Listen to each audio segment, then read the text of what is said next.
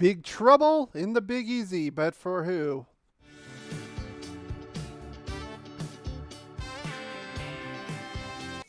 The other team's quarterback must go down, and he must go down hard. So let's get right to that injury report. I know it's a little small. There's a lot of people on here. Of course, we had Derekcarr getting hit in the midsection, back injury. He's been in full practice the last 2 days. Not worried about that. We'll get into the receiving corps for the Raiders. All of them are listed as questionable coming into the game for various reasons. Devontae with illness, limited practice. Hunter, of course, with the hip, and Mac Hollins was on there with a heel injury. Nobody's out for this game. As far as the Saints go, Landry and Michael Thomas are out. They've been out for a few weeks. Same thing with Marshawn Lattimore, their best corner. We're going to get into that once we get in the offense side of the ball.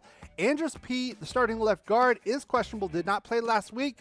I do not have him in the lineup this week. He could play. We'll see. Limited practice only. Adebo, their other corner, very thin at corner. We'll get into that on the other side of the ball. Jameis Winston, healthy scratch now. Of course, they're going with the red rifle. Let's get right into that. Andy Dalton's going to be starting for them, even though famous Jameis is healthy. As far as my concerns with Dalton, he can throw the ball, but he can be a little wild at times and throw some interceptions. But I'm going to go with my first key to the game right here is this guy right here, Chris Olave, rookie Ohio State, really starting to heat up right now and doing that with the red rifle. Of course, their top two receivers, Thomas and Landry, are out. I think he's the number one by default at this point. And he's probably going to be going to him early and often. Plus, we haven't had a lot of success stopping the pass. My first key to the game, kind of keeps this guy down, 100 yards, 0 receiving touchdowns. It's kind of a baseline, but this guy's heating up. He had over 100 yards last week. I want to keep this guy in check. Now, my second key to the game, you might say I'm going to go right here. Alvinkamara. Well, I am going to go right here, but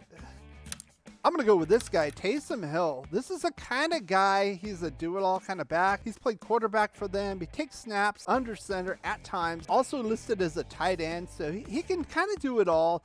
And he's the kind of guy that can give us fits. If anything can kind of jumpstart the Saints offense for them against our defense, especially against the run. This is the biggest weapon on the offensive side of the ball, more so than Kamara, believe it or not. And I want to keep this guy under 100 total combined yards and 0 touchdowns. Now, this guy got 7 touchdowns in the last 6 games. He's thrown for 1, he's run for 5, and he's caught 1. So he can do it all. He's also a red zone threat as a tight end. If anything, if we can kind of corral this guy, we got a good chance at slowing down this offense. Now, of course, if you are enjoying this, why not subscribe? Why not give it a thumbs up? That way you'll be notified of all of our future live streams.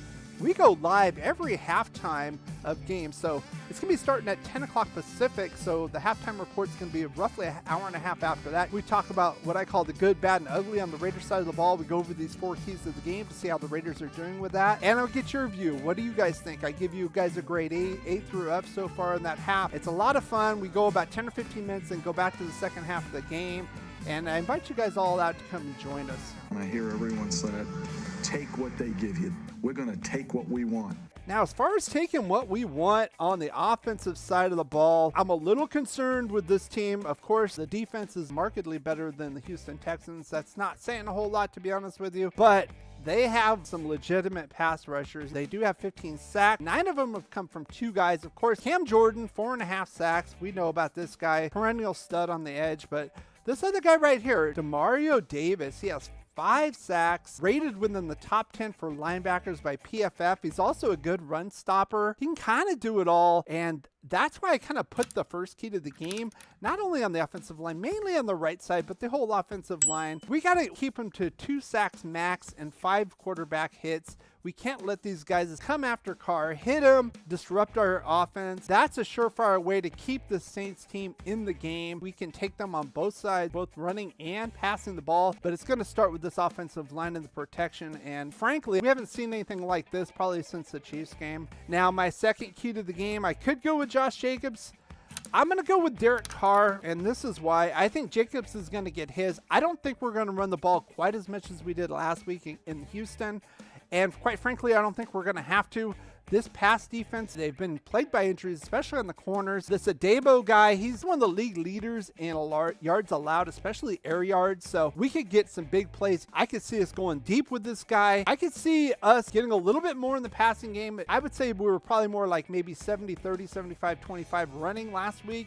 I see that coming back to maybe about a 60-40 split, running the ball 60%, passing 40%. So I'm going to put this, again, kind of similar to what we did last week, 400 plus total yards, 25 first downs, and 0 turnovers, because the Saints don't get a whole lot of turnovers on the defensive side of the ball, so why gift them any? I'm looking at 400 total as a benchmark, so I'm looking at something like maybe 120, 130 rushing yards, and then like 270, 280 passing yards. I think that's what's going to happen here. We'll probably get maybe even 2 touchdowns on both sides, rushing and passing. That's the way I see it. I know our receiving core is kind of quote-unquote questionable, but I don't know if that's really there, because Devontae Adams-Lewis is an illness. Renfro played last week anyway with a hip injury. Hollins is new. Waller's back practicing. I could see him there. Of course, Foster Moreau's back there too if Waller can't take all the snaps. So I think we'll still be good. It's all going to hinge on this offensive line. That's why I put it as my first key to the game.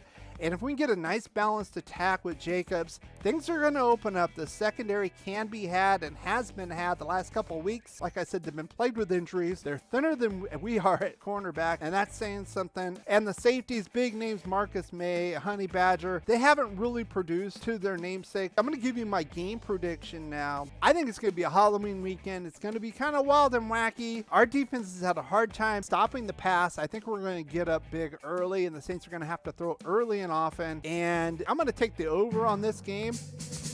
And I'm going to predict this as a 40-34 victory for us. I'm not going to predict another pick six for us. We got one last week, even though the Saints gave up 2 pick sixes to Arizona in their previous game. It could happen. Maybe a fumble recovery would be nice as well. I'm thinking we're going to be +2 on turnovers, and that'll probably tell the tale. But I do think the Saints are going to pass, especially with Taysom Hill out of the backfield, those little sneaky plays. That's going to be a problem for us.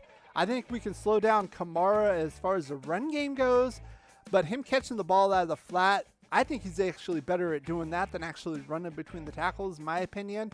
That's going to be a problem as well. Of course, Chris Olave. And then Smith, I didn't even talk about their slot receiver. He's a sneaky play to get a touchdown as well for the Saints. I think it's going to be rather high scoring. So that is my prediction, 40-34. I could see us very well scoring another touchdown on top of this.